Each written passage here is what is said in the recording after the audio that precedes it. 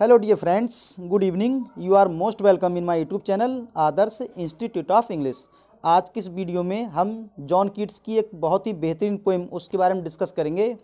बात करेंगे इनकी पोएम के बारे में। उन्होंने इस पोएम के लिए कब लिखा है, कब पब्लिश हुई है, कितनी स्टेंजा हैं इसमें, स्टेंजा का जेनर क्या है, कितनी लाइन की स्टेंजा है, इस सब के बारे में डिस्कस करेंगे इस पोएम में। और वीडियो को आप लोग पूरी देखिएगा, क्योंकि इस पोएम के बारे में डिस्कस करने के बाद में मैं जो है इसकी जो स्टोरी है इन ब्रीफ बहुत ही शॉर्ट में आपको इस पोएम की स्टोरी बताऊंगा। तो विदाउट वेस्टिंग टाइम हम लोग शुरू करते हैं अपनी वीडियो, देखते हैं। सबसे पहले लिखा है the Eve of Saint Agnes. ये तो पोएम का टाइटल है। The Eve of Saint Agnes मतलब सेंट एग्निस की संध्या। ईव मीन्स इवनिंग से बना है ये, शाम। तो ये तो था टाइटल इसका, और जिसके लिए लिखा है जॉन कीट्स ने। ये एक नैरेटिव पोएम है। नैरेटिव पोएम है जो मैंने कल डिस्कस की थी पोएम आपके लिए, लामिया। वो भी एक बहुत लेंथ थी, एक नैरेटिव पोएम थी। ये भी एक नैरेटिव पोएम है जिसे कि लिखा है जॉन कीट्स ने। जॉन कीट्स जो कि 1795 में इनका जन्म हुआ था, 1821 में इनकी मृत्यु हुई थी। और ये कौन है? एक रोमांटिक पोइट हैं ऑफ यंगर जनरेशन, क्योंकि दो जनरेशन थी। एक थी ओल्ड जनरेशन जिसमें वर्ड्सवर्थ, कॉलरिज वगैरह थे, और ये रोमांटिक पोइट्स के हैं, मतलब यंगर जनरेशन के, जिसमें कीट्स हैं, पी.बी. शैले हैं। इन सब के बारे में डिस्कस किया गया है। तो जैसा कि पोएम का नाम है the Eve of Saint Agnes, John Keats ने लिखा है। नैरेटिव पोएम है। जॉन कीट्स यंगर जनरेशन के रोमांटिक पोइट हैं। इस पोएम को बात की जाए लिखने की, तो उन्होंने 1819 में इस पोएम के लिए जॉन कीट्स ने कंपोज किया था, और ये पब्लिश हुई थी 1820 में। 19 में लिखी थी और 20 में पब्लिश हुई थी। The Eve of Saint Agnes. अब बात करते हैं इसकी स्टेंजा फॉर्म के बारे में, कितनी स्टेंजा हैं, कैसा इसमें क्या है। तो देखें आप, सबसे पहले ये देख लें जो लिखा है लाई। ये मैंने थोड़ा शॉर्ट में समझाने के लिए लिख दिया है, कह सकते हैं एल फॉर लामिया, जिस पोएम के लिए मैंने कल डिस्कस किया था। L for Lamia, I for Isabella, और ई फॉर ई वाली Eve of S Saint Agnes. इसको शॉर्ट में थोड़ा समझाने का प्रयास किया है मैंने, जैसे कि लिखा हुआ है LIE। तो अगर लाई से हम समझने का प्रयास करें तो एक एल से तो हो जाएगा लामिया, एक आई से हो जाएगा ईजाबेला, और इस ई से हो जाएगा Eve of Agnes, Saint Agnes. इन तीन पोएम को इस शॉर्ट में लिख दिया है। तो कह सकते हैं जॉन कीट्स ने लिखी हैं ये, और पब्लिश हुई हैं 1820 में। तो इससे ये ध्यान रहेगा आपको कि L for Lamia, I for Isabella, E for Eve of Saint Agnes, ये तीनों पोएम जो इसमें हैं 1819 में जॉन कीट्स ने इन्हें कंपोज किया है, जो कि पब्लिश हुई हैं 1820 में। और एक ही साथ भी पब्लिश हुई थी, इसलिए लिख दिया है मैंने, क्योंकि लामिया, ईजाबेला और ईव ऑफ सेंट एग्निस ये तीनों पोएम टुगेदर पब्लिश हुई थी। अब बात की जाए इसकी स्टेंजा फॉर्म की, तो आप देखें ये लिखा है the Eve of Saint Agnes. ये तो है आपकी पोएम। इसमें कितनी स्टेंजा है? 42 स्टेंजा। इस पोएम के अंदर 42 स्टेंजा हैं, और ये है स्पेंसरन स्टेंजा में। ये स्पेंसरन स्टेंजा क्या होती है? जैसे स्टेंजा ऑफ 9 लाइन्स, जिस स्टेंजा में 9 लाइन्स हैं, मतलब 9 लाइन की जो स्टेंजा है उसे हम कह सकते हैं स्पेंसरन स्टेंजा। इस तरह से अगर किसी पोएम में 42 लाइन्स हैं और एक लाइन 42 स्टेंजा हैं, और उसमें एक स्टेंजा में 9 लाइन्स हैं, तो वही मैंने यहाँ लिख दिया है कि अगर 42 स्टेंजा हैं और 9 लाइन्स हैं, तो इस तरह से सभी इसमें लाइन्स हो गई 378। इस तरह से आपकी जो पोएम है the Eve of Saint Agnes, इस पोएम में 42 स्टेंजा हैं, और स्पेंसरन स्टेंजा में है ये। और एक स्टेंजा मतलब 42 स्टेंजा हैं, और एक स्टेंजा में 9 लाइन्स हैं। इस तरह से 378 सभी स्टेंजा हैं। अगर अब बात की जाए, जैसा कि लिखा है स्पेंसरन स्टेंजा, ये होती क्या है बता दिया मैंने। प्लीज़ ध्यान रखें इस बात का कि स्टेंजा ऑफ 9 लाइन्स की 9 लाइन की जो स्टेंजा है उससे कहते हैं स्पेंसरन स्टेंजा। अब ये स्पेंसरन स्टेंजा कहाँ से आई? इसके लिए इन्वेंट किया था एडमंड स्पेंसर ने। स्पेंसर ने इसके लिए इन्वेंट किया था स्पेंसर स्टेंजा के लिए, उसी से बनी है। जैसा कि इनका नाम है स्पेंसर, तो स्पेंसर स्टेंजा हो गई ये।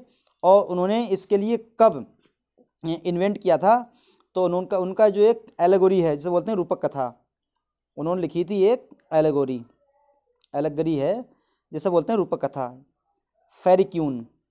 उन्होंने फेरिक्यून लिखा था। उसी फेरिक्यून में जो भी रूपक कथा है, इसी फेरिक्यून में उन्होंने इस स्पेंसर स्टेंजा को इन्वेंट किया है। क्वेश्चन कई बार पूछा भी गया है ये। इस तरह से कई क्वेश्चंस आपके क्लियर हो जाएंगे इससे कि the Eve of Saint Agnes कैसी पोइम है, नैरेटिव पोइम है। कितनी स्टेंजा है इसमें, 42 स्टेंजा हैं। और कैसी फॉर्म है इसकी, स्पेंसर स्टेंजा है इसमें। और टोटल लाइन्स कितनी है, 378। और जो स्पेंसर स्टेंजा है इसके लिए इन्वेंट किसने किया था, एडमंड स्पेंसर ने। किसमें इन्वेंट किया था, फेरिक्यून में। ये लाई आ गया, L for Lamia, I for Isabella, E for Saint the Eve of Saint Agnes. ये पब्लिश हुई 1820 में। क्लियर हो गया इतना। अब बात करते हैं इसकी राइम स्कीम की। तो इसकी राइम स्कीम क्या है, ए बी बी सी सी, मतलब ये उसकी राइम स्टेंजा हो गई। ये rhyme scheme A B B C और बी सी, ये इसकी राइम स्कीम है। अब बात करते हैं थोड़ा और आगे, देखते हैं यहाँ से लिखा है जो, जैसा कि इसकी जो लिखा हुआ है ये 9 लाइन की स्टेंजा है इसमें, ठीक है। 9 लाइन की स्टेंजा जो है, और यहाँ भी देख लें आप, ये 1 2 3 4 5 6 7 8 9, इस तरह से 9 लाइन की स्टेंजा है। तो जो 8 लाइन है वो तो हैं इयाम्बिक पेंटामीटर में। आपकी इस पोएम की 8 लाइन्स जो हैं इयाम्बिक पेंटामीटर में है। जो लास्ट लाइन बची, followed by a single alexandrine, जो एलेक्जेंड्राइन है वो है इस तरह से 8 और 1 9, इस तरह से आपकी 9 लाइन हो गई। और जो सेंट एग्नीस, ये है कौन, सेंट एग्नीस जो है ये है कौन, एक रोमन गर्ल है। ये रोमन गर्ल जिस पर इस पोएम का नाम पड़ा हुआ है the Eve of Saint Agnes. अब लिखा हुआ है अ रोमन गर्ल, इसका काम क्या था, जैसे कोई प्रेमी युगल होता था जोड़ा, उन लोगों को मिलाने काम था इसका। तो इसके लिए अ रोमन गर्ल उसी के नाम पे इस पोएम को लिखा गया है। तो हुआ क्या था, उसका काम था 2 प्रेमियों को मिलाना। उसके बाद जब लोगों को पता चला इसके बारे में कि ये काम करती है, लोगों को मिलाती है, तो उसका मर्डर कर दिया गया था, उसकी हत्या कर दी गई थी। और उसी की वजह से जो उसकी हत्या कर दी गई थी, उसके लिए जो है रोमन गर्ल, उसी के नाम पे कह सकते हैं जॉन कीट्स ने इस पोएम को कंपोज किया है। तो अगर आप बात करें इसकी थोड़ी स्टोरी की, तो देखते हैं स्टोरी और कैरेक्टर्स इसके। तो आप यहाँ देखने का प्रयास करें थोड़ा। लिखा है the Eve of Saint Agnes, ये तो आपकी पोएम है जो कि जॉन कीट्स ने 1819 में लिखी है और 20 में पब्लिश हुई है।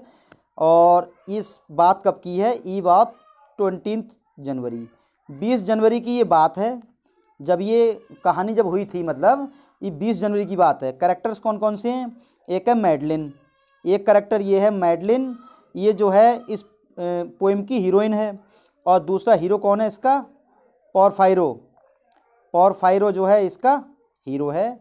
और एंजेला है, ये एक ओल्ड नर्स है। इन 3 की कहानी स्पेशली दिखाई गई है। अब मैं थोड़ा टाइम ना वेस्ट करते हुए तो थोड़ी आपको इसकी स्टोरी बता देता हूँ। कहानी यहाँ शुरू होती है। 20 जनवरी की शाम थी। 20 जनवरी की जो शाम थी, भयंकर ठंड का मौसम था, शीत लहर थी, ठंडी हवा चल रही थी और तूफान सा थोड़ा लग रहा था। और रीजन मतलब था क्या, जो मैडलिन है ये, इसके पिता जो थे एक लॉर्ड थे, या कह सकते हैं सामंत थे। और एक उसमें पूजा कर रहे थे, नहीं एक पुजारी था वहाँ पूजा कर रहा था मंदिर में। सामंत का ही जो पुजारी था कोई, वहाँ जब पूजा कर रहा था वो, तो उसके हाथ भी सही से नहीं चल पा रहे थे क्योंकि ठंड बहुत थी। इसी बीच क्या हुआ था, जो मैडलिन है इसके घर में प्रोग्राम था कोई, इसके घर पर प्रोग्राम था तो बहुत सारी भीड़ थी, बहुत सारे मेहमान आए हुए थे, चहल पहल अच्छी खासी थी। फिर क्या हुआ, जब बहुत सारे मेहमान थे, लेकिन जो मैडलिन थी इसे कोई इंटरेस्ट नहीं था इसमें। ये अपने कमरे में जो है मतलब अपने अलग बैठी हुई थी, इसे कोई मेहमानों में किसी में कोई इंटरेस्ट नहीं था। तो क्या हुआ, अब जो है ये अपने कमरे में थी, मतलब कमरे में नहीं थी इस समय, अपने महल में थी। अब जाने के लिए काफ़ी शाम हो गई। जब काफ़ी शाम हो गई तो हुआ क्या था, जैसे वहाँ की एक प्रथा थी, लोगों ने या कुछ लोगों का मानना था ये कि अगर कोई कुंवारी लड़की और व्रत रखती है, ईश्वर की पूजा करती है, तो उसके सपनों में उसका जो प्रेमी है या उसका होने वाला पति है वो उसके सपनों में आएगा और उसी से उसकी शादी हो जाएगी। तो ये उसका मानना था।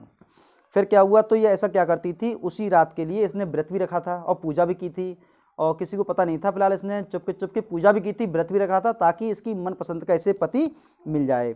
तो फिर हुआ क्या, अब जो है जब प्रोग्राम काफ़ी चरम सीमा पर था तो ये तो चलेगी कमरे में, इससे कोई इंटरेस्ट नहीं था, ये कमरे में चलेगी सोने के लिए। इसी बीच क्या हुआ, जो पोरफायरो था ये जो है किसी भी तरह से प्रवेश कर, मतलब तूफान से लड़ता हुआ, भयंकर तरह से तूफान था, ठंडी ठंडी हवा सहन करते हुए, तूफान से लड़ते हुए जो मैडलिन है इसके महल में प्रवेश कर गया। जब ये उसके महल में प्रवेश कर गया तो सबसे पहले इसे मिलती है एंजिला, जो एक ओल्ड नर्स है, ये मिलती है इसके लिए। तो ये पहले तो जो है पोरफायरो इसे डरा देता है। तो एंजिला जो है पोरफायरो से कहती है, क्योंकि था क्या, जो मैडलिन की फैमिली है और पोरफायरो की फैमिली है, इन दोनों की फैमिली में कट्टर दुश्मनी है।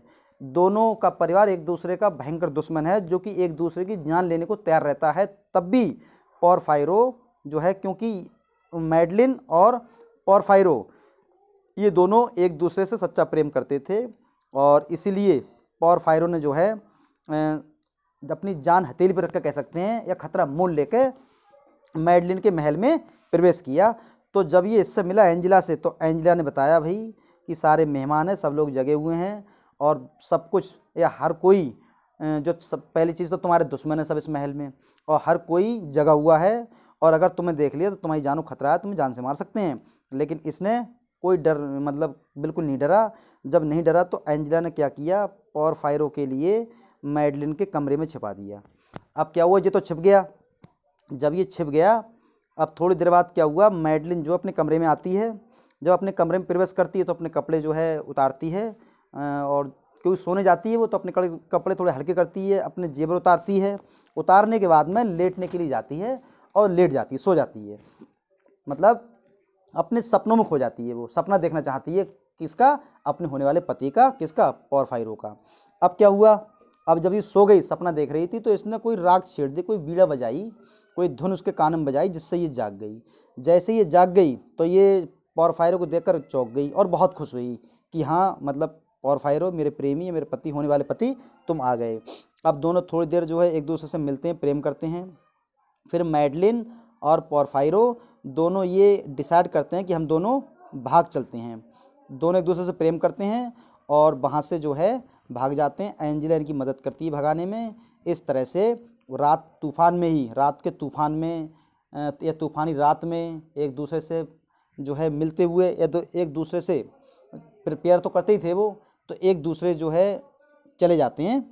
मैडलिन और पोरफायरो उसी भयंकर तूफान में तूफानों से लड़ते हुए एक दूसरे का हाथ पकड़े हुए चले जाते हैं। इस तरह से उन दोनों का मिलन होता है। एक तरह से कह सकते हैं उनकी हैप्पी एंडिंग होती है। और ये थी इसकी कहानी, the Eve of Saint Agnes. I hope आपको इसकी कहानी अच्छी लगी होगी और जो मैंने इसके कुछ पॉइंट्स बताए उसके आप ध्यान रखें। जैसे कि लिखा हुआ है, ये कई बार क्वेश्चन पूछा भी गया है, कब लिखी गई है, 19 में, कब पब्लिश हुई है, 20 में, ईव ऑफ सेंट एग्नीस। और इसमें कितनी स्टेंजा है, 42, और टोटल लाइन्स कितनी है, 378।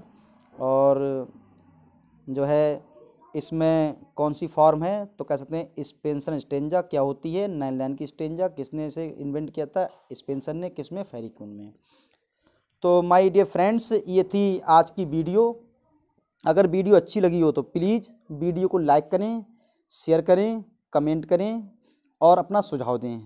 आज की वीडियो में बस इतना ही। जय हिंद दोस्तों।